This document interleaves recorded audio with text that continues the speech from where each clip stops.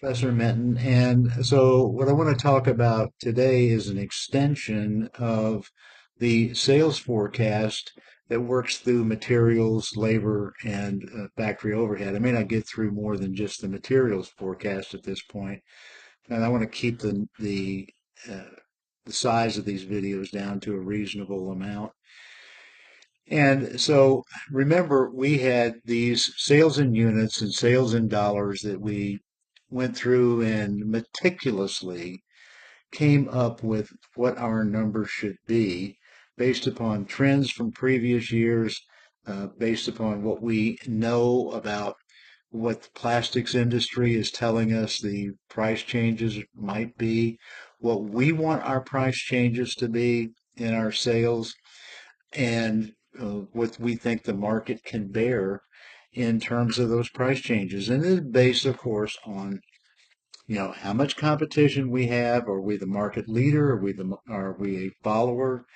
And a lot of other things that have to do with the marketing aspects of it and are better discussed in those classes. But just understand that these are numbers that we came up with that are pretty scientific when possible.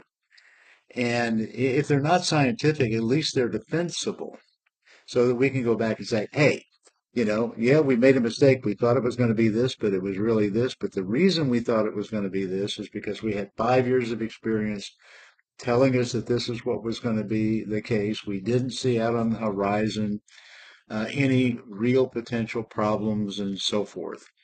And anyway, when we did all of that, we came up with a total sales volume in dollars of 33,814,465. Now, I want to show you, and I've already kind of done this over here, but I want you to see the thought process that would go into our thinking about whether or not this is a reasonable number.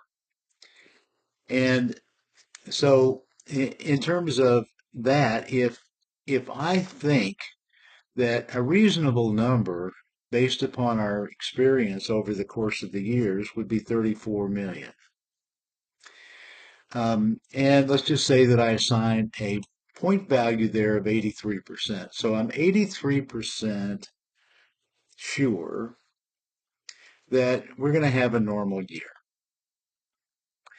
And I am, in this case, 8% sure that I might have an above normal year and maybe even hit 35 million in sales. And I am about 9% sure in this case of having a below average year or below normal year and it maybe only make $32 million. Okay. And then what I do is I put these multiplications together. I'm just multiplying 35 million times 8% to get that number and so forth, and then adding them all up. And when I do that, I come up with $33,900,000, and I'm comparing that to what I actually came up with on the budget, or on the forecast, I should say.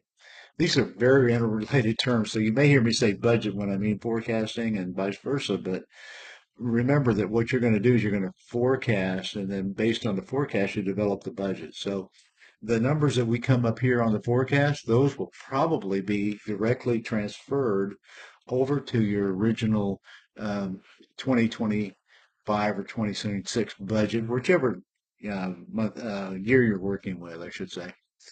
And okay, so and we would play with these numbers. We really would. We would look at them and say, I mean, we go around the room, what do you think the year's going to do, and why do you think it's going to do that? And somebody might say, well, if we look at the current situation in the world, we see that there are lots of conflicts that are going on that could impact things like, for example, the cost of oil. And if the cost of oil is compromised in some way or is reduced in some way, then you might see a change in the price of plastic. Probably would actually, because those are two very interrelated products. And so If I don't think that any of that stuff's going to happen, and I think they're going to open new avenues of oil production and so forth, then I might say that this number here is 10%. And if I do, I just change it like that. And then maybe if that's 10%, maybe this is 0.81. And you can see that this should add up when we put all of these together, should add up to 100%. And in this case, if I make these and turn them into percentages, you can see that that is in fact the case, that it comes out to 100%. And in this case, when I make those changes, I look at 33,920,000 versus the 33,814. So we're not talking about a whole lot of difference, are we? Maybe $1 million and a little bit over a million. And if we have a little bit over $1 million that we're reporting in actual results versus a maybe more conservative approach to it. So I tell all of my stockholders and my analysts that I think I'm going to have 33,814,000 or 33.8, and I actually perform at the 33.9 level, then my analysts are going to be very happy. My stock's going to go up and so forth. The same thing could be true if I looked at a more pessimistic outlook and said maybe that this was 5%, um, and the bad portion here maybe 14%. Now I'm at 33,770. I'm right about here, and I might say, okay, if this is what I really believe, then I need to go up here and revise some of these numbers because I don't want to come up short of what people expect.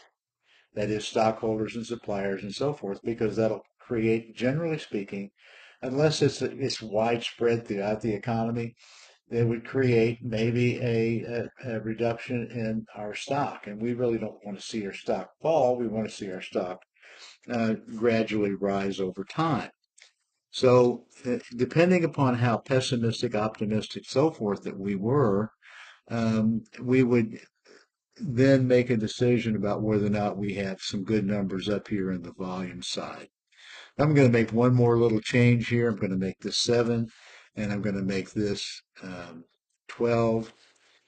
And when I do that, you notice that I am almost spot on here.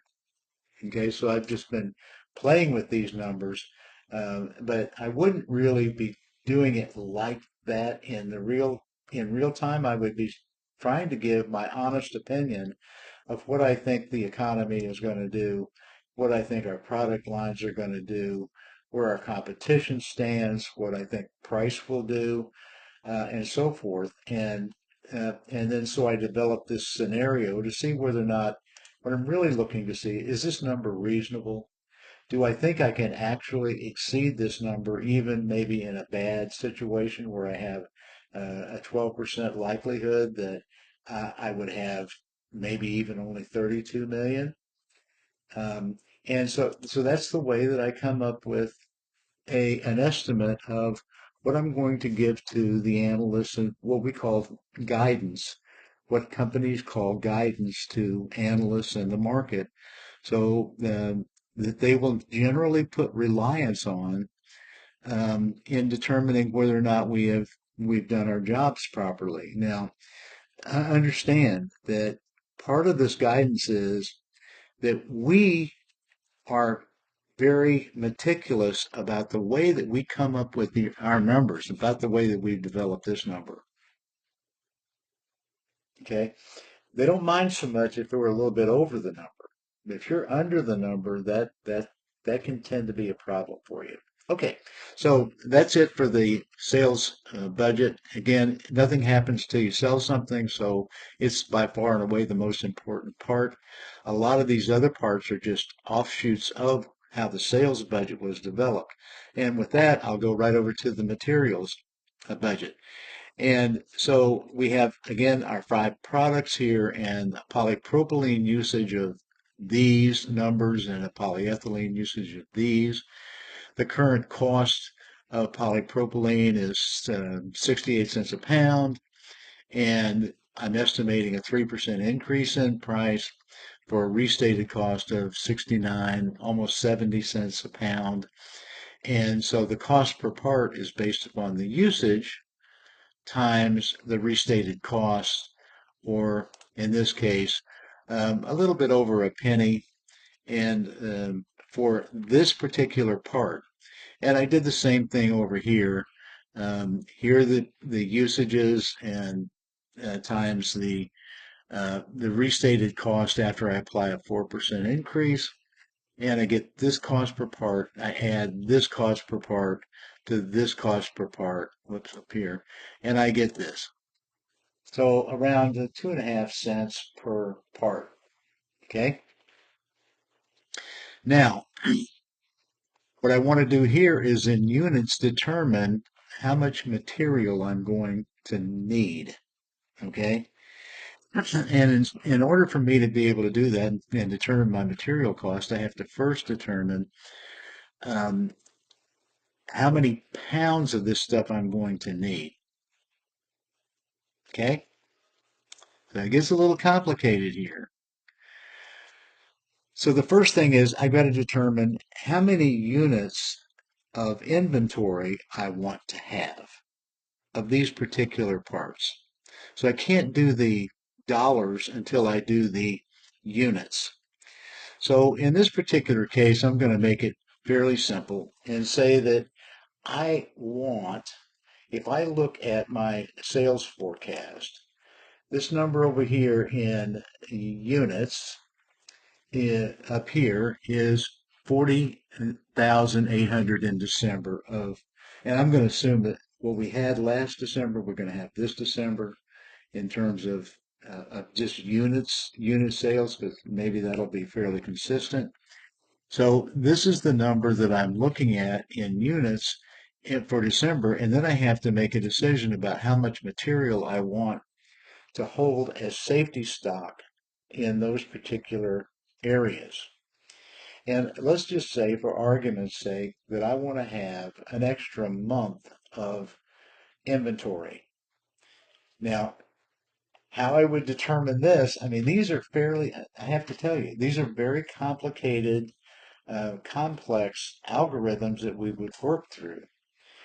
So in other words, if I expect a 4% increase in the price of polyethylene, for example, if I assume that, and then I assume that that price change historically has happened in June, then what I probably do is I probably carry excess inventory through May, so that when the price increase hits, I don't have to absorb it until maybe September or October. Now, I'm going to assume that this is a beginning of the year change, and I don't really have much control over what's going to happen the rest of the year. Because I'm just making this as a model, I'm making it a fairly simplistic approach. Okay?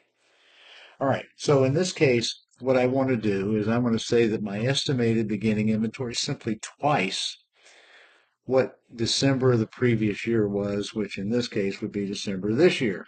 Okay, so it's going to be equal to two times what it was in December, and we're going to again assume that this was last year's number. And so 81.6, and it doesn't take a rocket scientist to figure out that if I multiply 40,800 times 2, I'm going to get 81.6. So I look at that and say, yeah, that's the right number. And so I'm going to just drag that down and say that I want um, two times those numbers throughout. Okay. And I'm probably going to make this, I'm going to take the zeros off of it because these are whole numbers, right? Um, but I want to put a comma delimiter in there so it's easier to read. Okay. And so if I'm thinking correctly here, if I look at how much um, material I want to produce, then this is going to be related to December's, the previous December, and this would be related to January expected sales so that I have those items in stock when we actually get ready to sell them in February and in January and so forth. So that's, and again, if you start looking at some of the logistics and org behavior kind of things in your other classes, you'll see how all this stuff kind of fits together. And I'm asking you to take a leap of faith here in why I would have it like it is. So I have some beginning inventory here, and it includes what I think I need for January. Okay? But now what I have to do is project what I need for February because I'm going to produce that in January. Okay? And so I'll go about populating the rest of these units based upon that. Well, this is going to take some thought. So what I'm going to do is pause the video here and go ahead and populate some of these based on what I need to think about. And then we'll come back and pick up without you having to watch how all of the sausage gets made. Okay, so I've given this a little bit of thought and how I would go about doing it. So in January, what I'm really doing is producing for February's needs. So it should be a fairly easy computation. All I should have to do is say that it's going to be equal to the units that I want to produce and still have safety stock over here would be my sales forecast for February. And so I just went over and got the sales forecast in units for February. And now I'm just going to bring those down and bring them across. And I'll stop around November because I need to look at what's going on here toward the end of the year. So the first thing I want to do though is I want to make all of these numbers whole numbers. So I'm going to make sure that I don't have any decimals here. Okay. Now, one of the things you have to be aware of. So do we ever have partial products? Well, yeah, we have things that are in process, right? I mean, some things are in the mix and they're being produced right now. And so they wouldn't be complete. So you would have partials, but we want to look just at whole numbers here so that we don't get too off the rails. So these are the amount of units of production that we should expect through November. And so remember that we're already producing in here. This is going to be December's number. And if you remember, it was 40,800. Okay, so this number here, we may want to just say, okay, what is our desired ending inventory? And so if our desired ending inventory is going to be, let's say, again, 40,008, let's just look at these as being our desired ending inventories. So I'm going to come over here and just say that it's equal to this number, and then just drag them down. So those are our desired ending inventories. So December, then what we want to have in December is we want to produce for our desired ending inventory, but subtract our estimated beginning inventory here. Okay? And we want to make sure that in this case, we want to make sure that we actually, you know what I should do? I should actually make this, now that I think about it. Why don't I just make this the same number as my estimated beginning inventory, which will make it a whole lot easier to understand, I think. So I'm just going to say that it's equal to this number and then come back through because then it won't have any impact at all. Because what I'm going to do is I'm going to add the estimated ending inventory desired and subtract the estimated beginning inventory. And so those two will wash right out. Okay. So how do I get to this number? Well, you have to think your way through it again. But I think that if I produce exactly the same amount as here, I should get there. So I'm just going to say that this number and then drag it down through the range. And so on my total units, then I would have this would be equal to all of these, the sum of those, the sum of all of these, in close parentheses, minus our estimated beginning inventory. So that should wash. And so that's the total production. And again, I don't really want to have any non-whole numbers. So for the entire year, I have a grand total here of these numbers for 480,000 is how many I want to produce for the small product, and then the large product 600,000 and so forth. Okay.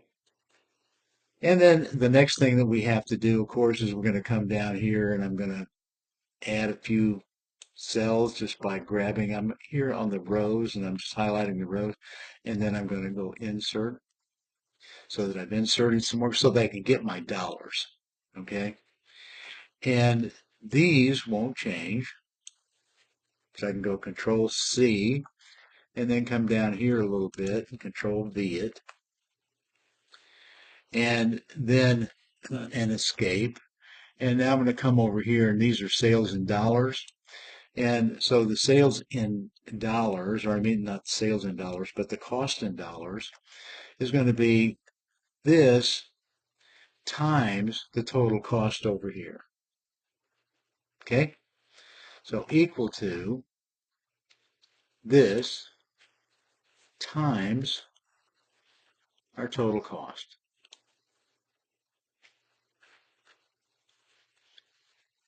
And again, since this is going to be in dollars, I'm just going to make them in dollars, and I'll drag it across.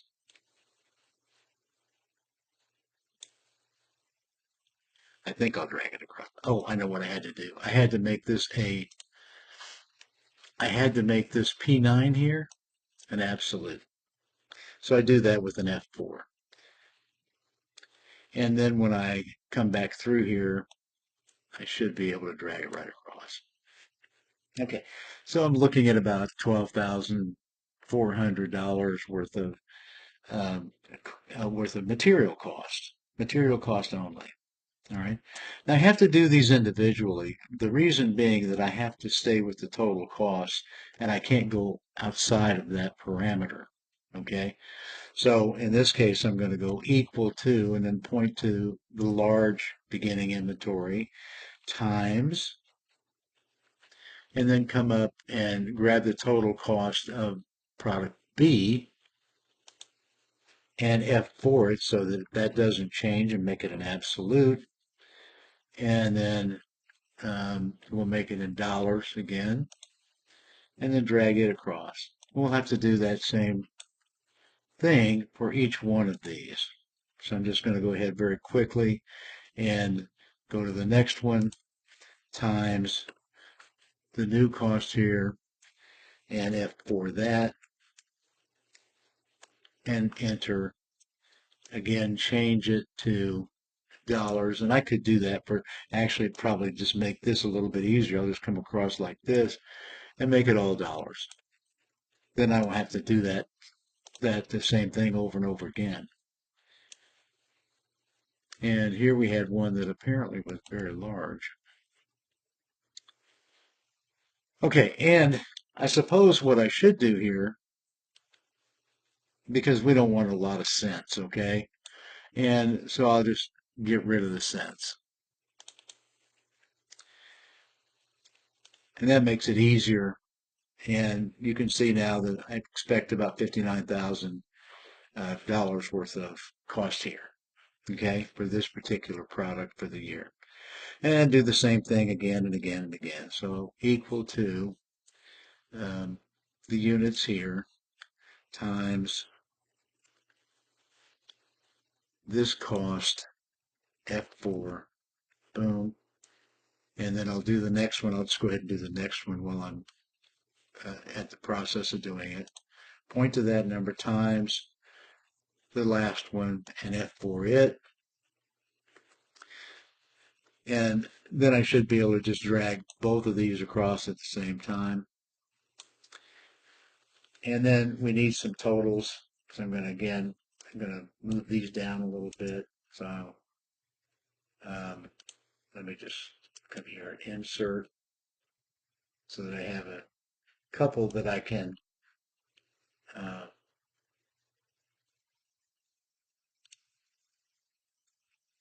couple of extra cells that I can work with here.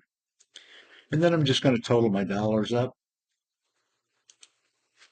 like this and drag them across. And so my material cost is around $415,000. Now, again, when I put all this together, I may come back through here and I may say, well, you know what? We have a problem here because these are unrealistic numbers, but we'll see. And if we have to change, we'll change. But for right now, let's just leave them as is. Okay. And that concludes the material side of it. And so when I think about, if I come over here, when I think about my cost of goods sold forecast, I haven't populated this yet. All right. But what I'll do is I'll come back through here and I will add the material, the labor, and the overhead by month to get my cost of sales forecast. But I'm not there yet. So I need to do the direct labor and factory overhead. Okay? But I'll conclude this one and we'll move to the next one in the next session.